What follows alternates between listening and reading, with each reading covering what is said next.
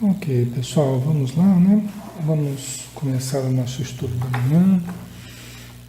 Nosso bom dia a todos que estão chegando, tá?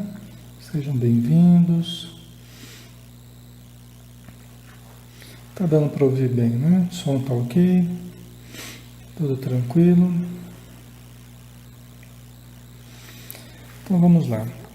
Nós estamos começando o capítulo 10. A gente começou a falar da missão dos 70, ou 72, né? Tem uma certa confusão aqui, se é 70 ou 72, né? O fato é que Jesus mandou eles pregarem, né? Eles divulgarem o evangelho de dois em dois, né? Não sei se a confusão foi essa, mas a gente percebe aqui nos evangelhos uma certa diferença aqui, né? Mas enfim, nós paramos aqui, o último versículo que nós lemos foi o versículo 10, o versículo 2, tá? Só vou ler rapidinho aqui, só para vocês se situarem, o versículo 1, depois o versículo 2 a gente pega a sequência, tá? Depois dessas coisas, o Senhor designou outros 70, entre parágrafo aqui e 2, né? É a confusão que eu falei para vocês. E os enviou de dois em dois perante a sua face, e toda a cidade e lugar onde estava prestes a ir. Né? Então, pelo jeito, Jesus os enviava de dois em dois nos lugares onde ele estava prestes a ir, onde Jesus estava prestes a ir. Pelo jeito, né? Pelo que dá a entender aqui, era como se fosse uma preparação. Era como se fosse uma preparação, né? A gente vê, por exemplo, que João Batista, ele veio preparar os caminhos para Jesus. Tá? Jesus não é um ser assim que não precisa de nenhuma preparação. Na verdade, o conhecimento dele, a sabedoria dele faz com que ele queira utilizar a preparação. Né? A preparação não é um demérito, né? Por exemplo, nós nos prepararmos para os estudos. É muito importante. A preparação para nós é quase tudo. Né? Nos prepararmos para os estudos, nos prepararmos para a reunião mediúnica, nos prepararmos para as reuniões públicas, nos prepararmos para a caridade, nos prepararmos para a vida. Né? É muito importante. Os espíritos bons, eles fazem tudo de uma forma planejada, preparada, antecipada, no sentido assim de se anteciparem às coisas. Eles não ficam deixando as coisas assim no improviso. Eles improvisam também, mas a maior parte das coisas que eles fazem é na preparação. E uma das capacidades que eles têm é justamente essa de prepararem bem as coisas, né? Jesus preparou muito bem a sua vinda aqui para a Terra. Preparou durante milênios a sua vinda aqui para a Terra. Né? E quando ele ia para alguma cidade, como diz aqui, ele preparava esses ambientes enviando então os seus seguidores, pelo jeito aqui de dois em dois, para que eles fossem criando no ânimo popular ali já alguma base para os trabalhos dele. Né? Então isso é muito importante, né? A gente enxergar assim, né? A importância da preparação, né? Faz com que a gente aproveite melhor as situações, né? Que a gente aproveite melhor as oportunidades. O que a gente chama de sorte, né? O que a gente chama de sorte é o encontro da oportunidade com a capacidade, né? E aí a gente chama de sorte, mas não é bem assim, né? A sorte do acaso, né? É o encontro da oportunidade com a capacidade. Né? Você tem que criar esse contexto, né? De capacidade e de oportunidade. Né? Então, aqui ele disse, né? No versículo 2, e dizia-lhes, a colheita é grande, mas os trabalhadores são poucos. Rogai, portanto, ao Senhor da colheita, para que envie trabalhadores para a sua colheita. Então, isso nós comentamos também na semana passada, né, a importância de nós multiplicarmos os trabalhadores. E Jesus até fala, ó, roguem para Deus, criem essa boa expectativa, criem esse bom ânimo para receberem novos trabalhadores, porque vai ser preciso. A seara é grande e os trabalhadores são poucos, né? Mas eles devem se multiplicar, nós devemos trabalhar para isso, para multiplicar trabalhadores. Aí versículo 3, Ide, eis que vos envio como cordeiros em meio de lobos. Nós já comentamos, acho que isso aqui foi o último, né? O último foi o versículo 3, né? Aí nós comentamos que certamente Jesus não está dizendo que a gente seja um cordeirinho, né? Passivo, né?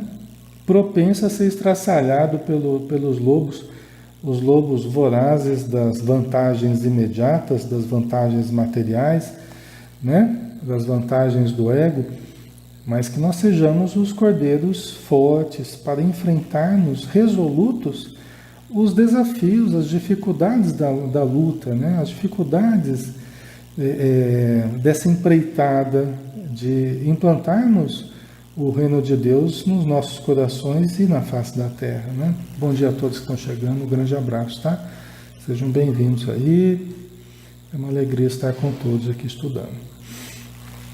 Então, continuando, né? Aí ele fala assim, não carregueis bolsa. O negócio com Jesus, o treinamento com Jesus aqui era árduo, viu, pessoal? Não vão achando que o negócio é fácil, não. O treinamento aqui é árduo, viu? Né? Jesus já vai dando as dicas aqui, como é que ele quer que a gente proceda, né? Pelo menos como é que os discípulos deviam proceder. Na época, nós temos que contextualizar isso, né? Mas fazer os ajustes para a nossa realidade também, né? Então, não carregueis bolsa. O que é essa bolsa? Pequena bolsa para carregar dinheiro. Então, era a bolsinha ali para carregar dinheiro. Então, Jesus falou, não carregueis bolsa. Vixe Maria, né? Já vai começar sem levar dinheiro, né? Você imagina como é que vai ser essa jornada, né? Você vê que o treinamento aqui é árduo, né?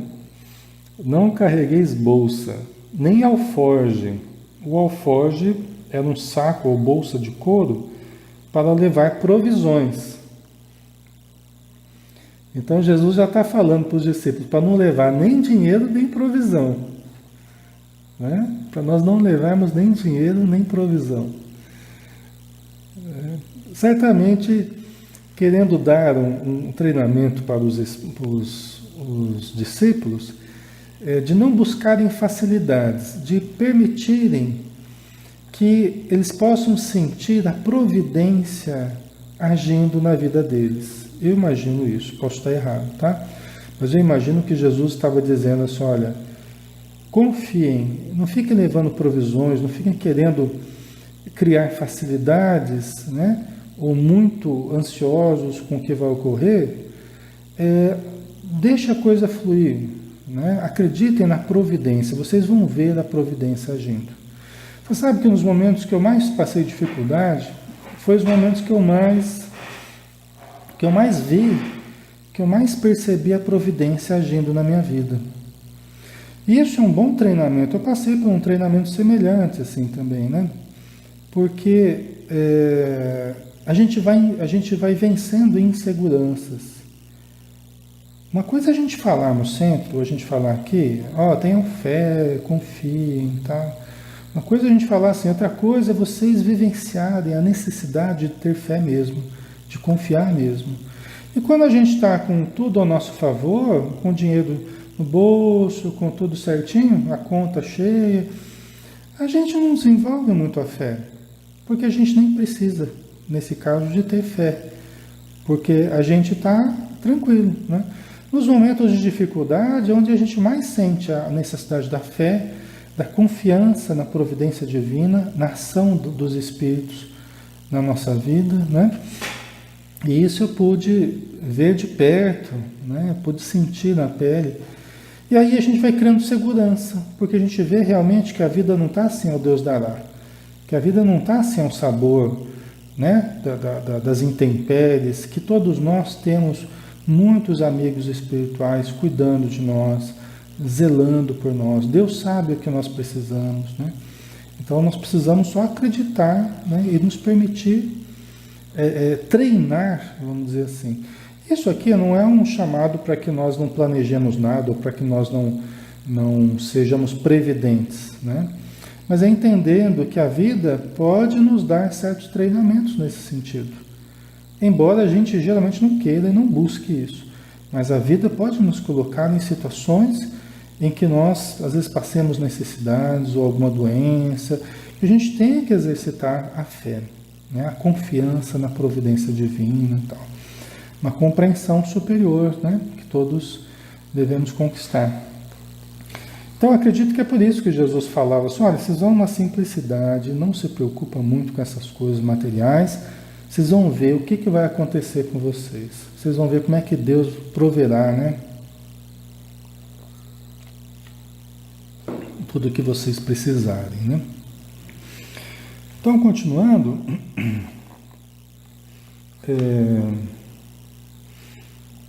então ele diz, não carregueis bolsa, nem alforge, nem sandálias. O cidadão não podia levar nem sandália.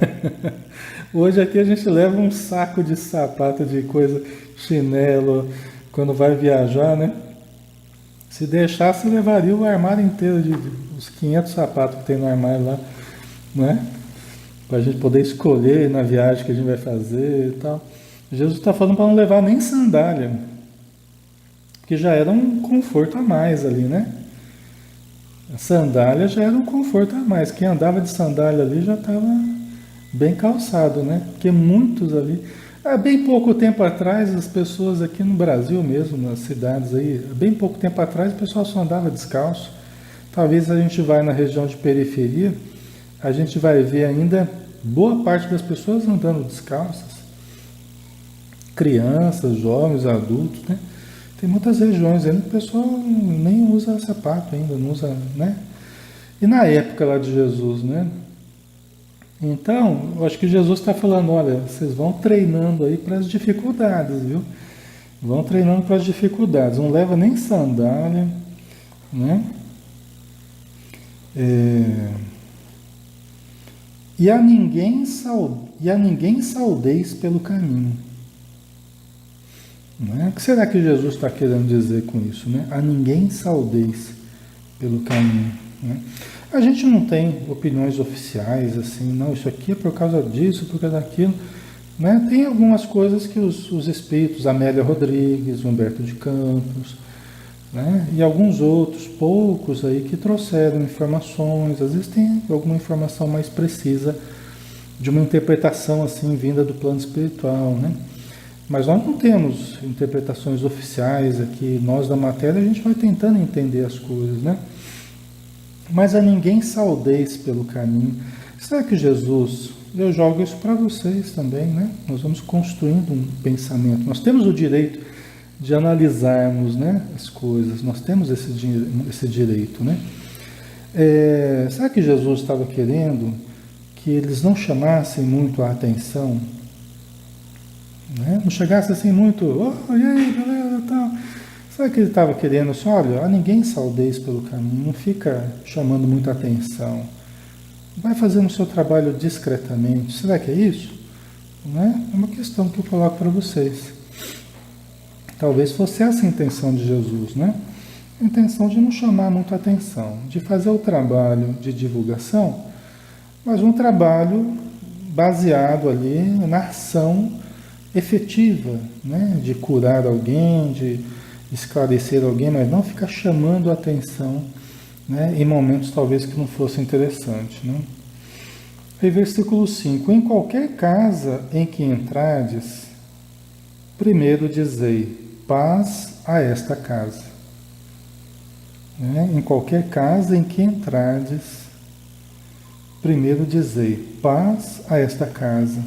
Porque era comum até as pessoas aceitarem umas às outras, os viajores, né, os viajantes ali, serem aceitos nas casas, em casas de pessoas que eram simpáticas à causa que as pessoas vinham trazer, ou só pelo fato de serem viajantes, né? De estarem precisando de um pouso. Então era uma atitude até comum ali na época, né? Então, em qualquer casa em que entrardes, primeiro dizei, paz a esta casa. né? Acho que hoje a gente tem que fazer isso também. Em qualquer lugar onde a gente for entrar, qualquer instituição, entre projetando luz, projetando paz, desejando bem, saúde, harmonia para essa casa, né? Às vezes pessoas invejosas, elas entram num ambiente familiar e elas já entram projetando a sua energia da inveja. Às vezes já olham um móvel, já olham um quadro, já olham um adereço qualquer lá, né? E já começa a manifestar o sentimento de inveja, o sentimento, né, de ver o outro bem e comparando com a sua situação, né? Ou qualquer outro sentimento negativo, às vezes, ou avaliando criticamente o ambiente, julgando, às vezes, os hábitos das pessoas ou o modo delas viverem, né? Então aqui a gente vê o oposto disso. A gente vê Jesus recomendando aos seus discípulos: você entra numa casa, primeira coisa que você faz, a paz esteja nesta casa, a paz esteja convosco, né? A paz esteja na casa. Então já chega irradiando coisas boas. É uma disciplina até para a gente, né? Para nós que somos necessitados ainda, que precisamos melhorar na nossa atitude mental e emocional. Todos nós temos ainda dificuldades, né? E às vezes até por invigilância, né? Dependendo do ambiente, até você pode entrar num ambiente que seja um ambiente desarmonizado, né? Um ambiente que não está bem. Talvez até evoque alguma coisa negativa em nós, aquele ambiente. Mas aí nós temos que ter essa atitude positiva. A paz esteja nessa casa. Pelo menos a gente já vai entrar mais protegido, já vai ajudar o ambiente, já vai, né? Nós nunca sabemos a condição dos ambientes onde a gente pode entrar do ponto de vista espiritual, né? Eu já fiz muita atividade de visita às casas, de aplicar paz, fazer prece, visitar doente. Então a gente sabe quão difíceis são às vezes os ambientes. Mas se você chega assim com boa vontade, você chega com um pensamento positivo, já é meio caminho andado para se alcançar um resultado bom, né? Certo? Aí no versículo 6. E se ali houver um filho da paz, né? Se ali houver um filho da paz, repousará sobre ele a vossa paz. E se não houver, retornará para vós. Então olha que importante, né? Quer dizer, você entra com essa boa vontade, você entra com esse otimismo, com essa fé, com esse amor, irradiando para o ambiente. Se tiver um filho da paz lá dentro, isso quer dizer o quê? Se tiver uma pessoa realmente de boa vontade ali dentro, com amor, com receptividade, a sua paz vai ficar com essa pessoa também. Vai ficar com você e com essa pessoa, né? Se não tiver, você perceber, a pessoa recebeu você ali, mas ela, né, você percebe que a pessoa não está contrariada, ela não está, né, feliz provavelmente com a sua presença. Não, então a sua paz volta para você, ou a sua paz vai permanecer com você. Porque nós somos responsáveis pelo que nós fazemos, não pelo que os outros fazem. E por isso que cada um vive num ambiente que cria para si. Cada um vive num ambiente que cria para si. E nós podemos conviver até com duas pessoas no mesmo ambiente, vivendo ambientes pessoais absolutamente diferentes um do outro. Um vive num céu interior, e o outro vive num inferno interno, né? Então, cada um vai ser chamado, na verdade, a viver num ambiente psíquico que cria para si. Tá? Dentro da família ou não, dentro do trabalho ou não, nós não podemos nos subtrair de certas dificuldades do ambiente ou das pessoas em absoluto. Mas nós vamos viver muito mais pacificados, muito mais tranquilos, se nós cultivamos isso no nosso dia a dia. Através da nossa oração, do nosso pensamento positivo, através das leituras edificantes, através de tudo que a gente cultiva de coisa boa que possa ajudar nessa estruturação do ambiente pessoal iluminado. Tá? Ok? Então vamos lá, pessoal. No versículo 7, permanecei nesta mesma casa, comendo e bebendo o que eles tiverem, pois digno é o trabalhador do seu salário. Tá? Então, é importante isso também, nós nos adequarmos aos ambientes onde nós vamos, sem exigências, sem caprichos, né? Hoje, por exemplo, é difícil, né? Você pega um orador espírita, né? Eu acho que é por isso, inclusive, que o Chico Xavier, o Divaldo, eles não eram vegetarianos, o Divaldo não é vegetariano, né? Eu já comi junto com o Divaldo, já quando ele esteve na nossa cidade, e não é, até porque não dá. A pessoa que viaja para lá e para cá, vai para uma casa, vai para outra, vai para... né? Não dá. Então tem certas coisas que você tem que se adequar, embora a gente queira ter uma vida toda ali cuidadosa, toda pura, toda... Mas tem certas coisas que você tem que se adequar em função da tarefa, em função da necessidade de alimentação, de não ser exigente com os outros, né? Então já é difícil. Imagina, você pega um palestrante que seja vegetariano, aí vai na casa lá, o pessoal não sabe e não tem, né? Não tem provisões para esse tipo de necessidade de nutrição, né? Vegano e tal. Então já cria problemas. Olha o que Jesus fala, né? É interessante essa preocupação de Jesus com os hábitos locais, com os hábitos das casas, com a pessoa se adequar, porque essa flexibilidade no nosso comportamento é também uma vantagem em termos de adequação às diversas situações que nós podemos passar, né? Então nós somos mais flexíveis, a gente verga, mas não quebra. Pessoa muito inflexível acaba não suportando, porque se torna muito difícil a caminhada para a pessoa muito inflexível, né? Então, aqui o que ele fala, né? Permanecei nessa mesma casa, comendo e bebendo o que eles tiverem. O que estiver na casa lá, né? É alimento, é o que a gente está precisando, uma viagem cansativa, difícil, né? Você está sem provisões. Então Jesus, vocês percebem que Jesus está treinando eles para eles se adequarem às coisas e não ficarem com muitos gostos, não, se adequem às coisas, vai facilitar para vocês, né? E na cidade em que entrardes e vos receberem, comei o que vos apresentarem. Né? De novo aqui, Jesus faz duas referências ao comer aqui, né? Senão que era uma das preocupações que ele tinha com o treinamento deles aqui, eles se adequarem com relação a isso, né? E parece que não. Mas está falando de comida, o que isso tem a ver com espiritismo? Pessoal, é uma das coisas mais importantes da nossa vida, a alimentação, né? Embora às vezes a gente dê importância demasiada, né? Hoje em dia se dá uma importância maior até do que tem, mas a alimentação e reprodução foram os instintos que participaram de todas as encarnações nossas, né? A gente logo aprendeu a se alimentar e a reproduzir. Então esses instintos, eles fazem parte da nossa vida e mexem muito com a gente. Essa parte de alimentação mexe muito com a gente, né?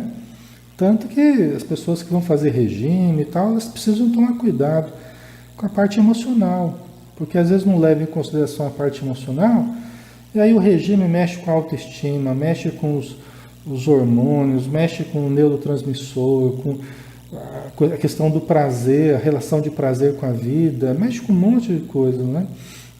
E se a pessoa não tomar cuidado, ela acaba se deprimindo, acaba ficando muito ansiosa e sem necessidade, né? Então, a gente deve, né, a Ivone colocou, cada um deve se acostumar a cada situação, né? Nós devemos nos adequar, termos flexibilidade, né? Não quer dizer que tudo que oferecerem e que tudo que quiserem que a gente faça uso, a gente tem que fazer, né, pessoal? A gente tem que usar o discernimento também para, né, tá? Não quer dizer que você tem que se adaptar a todos os hábitos do local, tá? Né? Vamos usar o bom senso aí, né? Ok. A Ivanete colocou: a mãe Maria não comia carne, mas em seus escritos vi que ela se adequava ao local por onde andava. Dizia que era justamente para não constranger o próximo, né? Então, talvez seja isso aí, né, Ivanete? É isso mesmo. Curai os enfermos que nela houver, e dizei-lhes: está próximo de vós o reino de Deus. Olha só, curai os enfermos que nela houverdes. Na cidade, né? E na cidade em que entrardes e vos receberem, comei o que vos apresentarem, curai os enfermos que nela houver, e dizei-lhes: está próximo de vós o reino de Deus. Então, é a importância de produzir obras, né? E o que eles tinham para produzir? Veja bem, eles não tinham muito tempo, né? Muitas vezes não eram pessoas conhecidas ali, e até melhor que não fosse conhecido sob algum aspecto, né? Como é que eles poderiam divulgar a boa nova só na base do falar, né? Então, Jesus já deu uma sugestão, falou: olha, curem os enfermos. Os enfermos são necessidades imediatas das pessoas. Até hoje, se você está doente, como é que você vai ficar com grandes explanações para uma pessoa que está doente? Ela não quer saber muito da explanação, ela quer o alívio, né? E não adianta a gente lutar contra isso, né? A gente tem que proporcionar um alívio. A pessoa vai querer depois ouvir a explanação na medida em que ela vai se sentindo aliviada. Isso é um fato. Jesus sabia disso, por isso que ele curava os enfermos, né? As casas espíritas hoje é uma preocupação, sim, aliviar os sofrimentos, sejam eles físicos, sejam eles morais, emocionais, sim. Podemos não conseguir aliviar totalmente, podemos não conseguir curá-los totalmente, não tem problema, mas pelo menos nós já estaremos prestando um serviço ao próximo e o próximo vai ficando mais permeável ao conhecimento, à palestra, até porque ele vai tendo interesse de saber o porquê que ele está melhorando, o que está fazendo ele melhorar. É o passe que ele está tomando na Câmara de Passe, os médiuns que estão lá recebendo a energia espiritual junto com a sua energia própria, está chegando até o doente e ele vai melhorando, muito mais pelas energias do alto do que pelas nossas energias, muito mais pelo direcionamento dos espíritos amigos que sabem profundamente a nossa fisiologia perispiritual, física, muito mais do que nós percebemos. Eles são mais capacitados para manipular os fluidos. Mas eles sabem como produzir as melhoras que a pessoa precisa. E aí ela vai tendo mais condição de buscar o conhecimento, né? De buscar os cursos, de buscar tudo aquilo que é bom também, né? Aquilo que é bom, que é o conhecimento, né? Mas Jesus falou: amai-vos e instruí-vos, não instruí-vos e amai-vos. Vê que a ordem também é importante. Amai-vos primeiro, amparai-vos, cuidai-vos uns dos outros, né? E depois instruí-vos, porque aí já tem uma base do amor, já tem a base, né, do amparo, do alívio, da melhora, né? Do mesmo jeito, os Espíritos falaram no Evangelho segundo o Espiritismo: aliviai primeiro, com relação à caridade material e à caridade moral, né? Aliviai primeiro, quer dizer, dá o alimento do corpo, o pão, a sopa primeiro, e depois vai tentando conversar com a pessoa para buscar fazer a caridade moral. Mas a caridade moral é importante. É o passo inicial, muitas vezes, para se criar um vínculo, para depois conseguir fazer a caridade moral. Às vezes as pessoas quer inverter a coisa ou até excluir a caridade material, mas o próprio Jesus se preocupa bastante com esse tipo de atitude que ele cultivou bastante e ele indicava para os discípulos também cultivarem, né? A gente sabe que a cura verdadeira é a cura de dentro para fora, não a cura de fora para dentro, né? A gente sabe que é apenas um alívio dos sintomas ou uma melhora, que é sempre precária, diante da necessidade de mudança de comportamento, que será a mudança profunda, a mudança real, será essa, né? A mudança de atitude perante a vida, mudança de hábitos, né? Mas isso a pessoa tem que ir cultivando com o tempo. Nós podemos ajudando ela, né, se for possível, se ela tiver méritos, aliviar certas doenças, certos sintomas que ela está tendo, né? Então Jesus coloca: curai os enfermos que nela houver e dizei-lhes: está próximo de vós o reino de Deus. Olha, o que você precisa está próximo de você. Você obteve a melhora do corpo, mas preste atenção, nós temos algo maior ainda do que a melhora do corpo. Está próximo o reino de Deus, né? Está bem perto de você. Talvez a gente possa falar sobre isso, talvez a gente possa conversar. Do mesmo jeito, hoje a gente pode falar: está próximo o plano espiritual de todos nós. Nós temos contato, todos nós temos esse contato o tempo todo. Você quer conhecer os princípios que regem essa relação dos homens com o plano espiritual? E tudo isso está disponível, está bem próximo de vocês hoje, né? De todos nós. Então, traduzindo, né? Traduzindo para o nosso hoje, né? Para as nossas necessidades atuais. Bom dia, pessoal que está chegando aí. Um abraço a todos, uma alegria estar com vocês, tá? Nândia, né? Melhorou, né? Chegou ao passe, caída em depressão, foi melhorando, né? Que bom, Nândia, graças a Deus, viu? É sempre bom a gente ouvir isso, né? Porque é um testemunho que a gente sabe verídico, né? E baseado no que você sentiu e está sentindo. Isso é muito bom, né? E a gente espera que continue assim, né? Por isso que a gente vai estudando juntos, vamos trocando energias, isso é muito bom, tá? Aí vamos lá, mais um pouquinho aqui, né?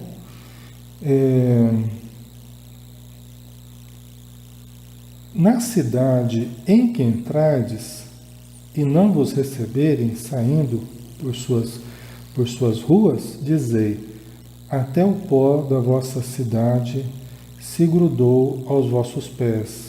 Desculpem, pessoal, deixa eu ler de novo aqui. Na cidade em que entrardes e não vos receberem, saindo por suas ruas, dizei: até o pó da vossa cidade que se grudou aos nossos pés, esfregamos em vós. Né? Que é um dizer deles, né? Que faz referência ao Antigo Testamento e tal. Que quer dizer isso, né? Sacudir o pó das sandálias, né? Se você vai para um lugar que não recebeu você, que não demonstrou boa vontade, nem simpatia com você, né? Com a sua causa, com a causa espírita, não tem problema. Cada um tem o direito de viver e de permanecer no ambiente que deseja, com a crença que deseja, não tem problema nenhum, não é? Só que nós também, nós nos alijamos, retiramos qualquer sentimento de ressentimento, de mágoa, de indignação, qualquer coisa. Inclusive as próprias vibrações negativas que forem desfechadas contra nós também nos alijamos delas. Né? Nós também nos alijamos, porque quando a gente faz uma coisa de boa vontade, e quando a gente faz sem imposição, né? Sem prepotência, sem arrogância, sem violência, né? Quando a gente oferece alguma coisa boa para alguém, né? E essa pessoa recusa, não tem problema. Até porque não é caridade nós darmos alguma coisa para alguém que a pessoa não quer, né? Você imagina se vai dar um presente que a pessoa não quer? Não é caridade nossa, né? Então fica com a gente aquele presente, fica com nós a nossa paz. né? E a gente se mantém, né, com o pensamento elevado, um pensamento reto, continuando a desejar tudo de bom para essa casa, para essa cidade, para essas pessoas, não tem problema nenhum, né? Se uma pessoa não quer, outras muitas quererão. E nós não podemos perder tempo com quem não queira. Nós respeitamos, cada um tem o direito de seguir o caminho que deseja, mas nós não podemos nos dar ao luxo de perder tempo com quem não deseja. E em vista de tanta gente que está necessitada das nossas energias, das bioenergias, né? Das orações, dos ensinos, essas pessoas são as pessoas que nos recebem, né? Que estão aptas ou estão mais receptivas para entenderem a mensagem espírita, para entenderem a mensagem cristã, né? Então, Jesus ele procedia assim, né? Ele ia em busca das pessoas que queriam. Inclusive a gente sabe, está no Evangelho, né? Nos Evangelhos, que em Nazaré, por exemplo, Jesus quase não fez curas. Por quê? Porque foi a cidade onde ele cresceu. Então as pessoas, elas deviam ter muito aquele pensamento, quem que é o Jesus? Jesus é lá, o filho da Maria, lá, carpinteiro lá, filho do José, trabalhava na carpintaria do pai lá. Mas ele está curando. Não acredito que ele está curando, né? Então as pessoas, às vezes, a cidade onde nos conheçam, onde a gente cresceu, às vezes não valorizam, né? As pessoas de outros lugares vão valorizar, né? Pessoas vão estar mais aptas, mais abertas, mais receptivas, né? E às vezes o lugar onde a gente cresceu não entende, né? Não compreende, não aceita, né? Por isso que o próprio Jesus falou, né? Não há profeta sem honra a não ser na sua própria pátria, né? Ninguém é profeta na sua própria casa, né? Na sua própria cidade. Ele, você vê que aconteceu com ele isso, imagina. E ele que é um ser altamente evoluído, né? E aconteceu isso, né? Ele não foi profeta na casa dele, em Nazaré, vamos dizer assim, né? Muita coisa ele deixou de fazer ali por falta de condição do ambiente, né? Isso não sou eu, não é opinião minha, está no Evangelho lá, né? Tá? Então a gente faz parte também o contexto, né? Se o contexto é muito adverso, fica difícil o trabalho espiritual num contexto muito adverso, né? E aí tem outros contextos que estão muito mais receptivos, outras casas, né? Às vezes a pessoa pede para a gente fazer um evangelho na casa, mas aí você começa a fazer evangelho na casa, às vezes as pessoas começam a demonstrar que não tem muito interesse naquilo. Às vezes elas fizeram um pedido de ajuda, mas não. Já teve uma porção de casos, por exemplo, de eu chamar ele para fazer evangelho na casa, você chega lá no dia, na hora, e ninguém nem atende a porta. Vamos dizer assim, né? Já aconteceu inúmeras vezes isso comigo. O pessoal nem atender a porta. Você vai ver, até saiu, a família saiu, foi para outro lugar. Né? Então, ao mesmo tempo que há um pedido, há também frequentemente, dependendo do caso, uma resistência muito grande, né? Uma vontade de permanecer do jeito que está, né? Então, ele está dizendo aqui, né? Todavia, sabei que está próximo o reino de Deus. Eu vos digo que naquele dia haverá mais tolerância para Sodoma do que para aquela cidade, né? Então Jesus está dizendo, olha, depois eu digo que as pessoas que reagirem assim, diante da espiritualidade, diante do trabalho de boa vontade que você está fazendo, né? A cidade que agir dessa forma, as casas que agirem dessa forma, né? Padecerão. Por quê? Porque elas demonstram estar num nível de compreensão muito precário, elas demonstram estar num nível espiritual muito precário, muito difícil, muita perturbação frequentemente. Então, você prevê que haverão padecimentos neste lugar, né? E Jesus fala, né? Eu vos digo que naquele dia haverá mais tolerância para Sodoma do que para aquela cidade. Por quê? Sodoma ficou, só para a gente finalizar aqui, né? Que Sodoma ficou conhecida, né? Sodoma e Gomorra, né? Que eram duas cidades antigas aí que são citadas no Gênesis, né? No capítulo 18 do Gênesis, são citadas como referência à perversão dos seus habitantes, né? Especificamente a perversão sexual dos seus habitantes, né? Então isso está lá no Gênesis, né? E que houve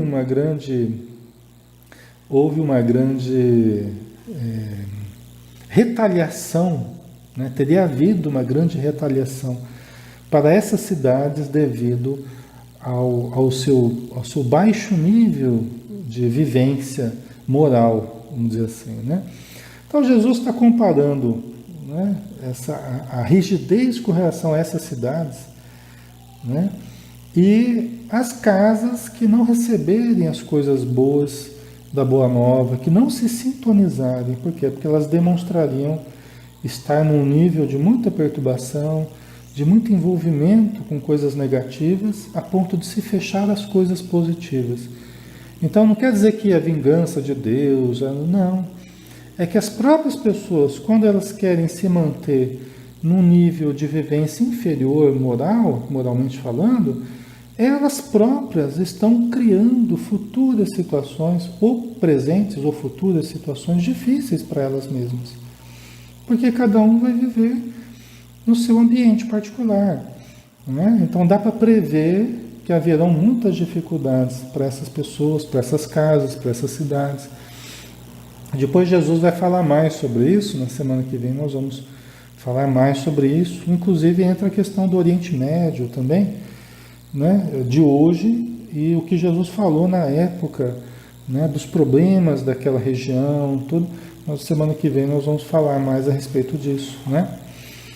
Mas é um chamamento, né, pessoal? É um alerta para que nós não percamos a oportunidade, para que nós não deixemos escorregar pelas nossas mãos a chance que estamos tendo. Nós não sabemos até quando será possível para nós estarmos aqui, né? Estarmos aqui fazendo estudo dessa forma, usufruindo desses recursos tecnológicos. Nós não sabemos até quando será permitido que nós aproveitemos. Eu falava isso na época que eu fazia os estudos no programa Pautal, que lá tinha os grupos no Pautal. Eu falava isso para o pessoal. E as pessoas às vezes não acreditam, né? Acham que as coisas são para sempre. Mas a gente sabe que são momentos que se alternam, são mudanças que vão existindo nas nossas vidas, até para que a gente saia da acomodação, para que a gente saia da dependência. Então a gente nunca sabe até quando nós estaremos juntos, até quando nós vamos ter possibilidades de usufruir da paz que nós estamos usufruindo nas cidades que nós estamos aqui no Brasil, onde nós estivermos. Por isso nós temos que aproveitar esses momentos de paz, de estudo, para fixarmos o máximo de entendimento, de luz, de amor dentro de nós. Porque a vida é muito dinâmica, né? Hoje nós estamos em paz estudando.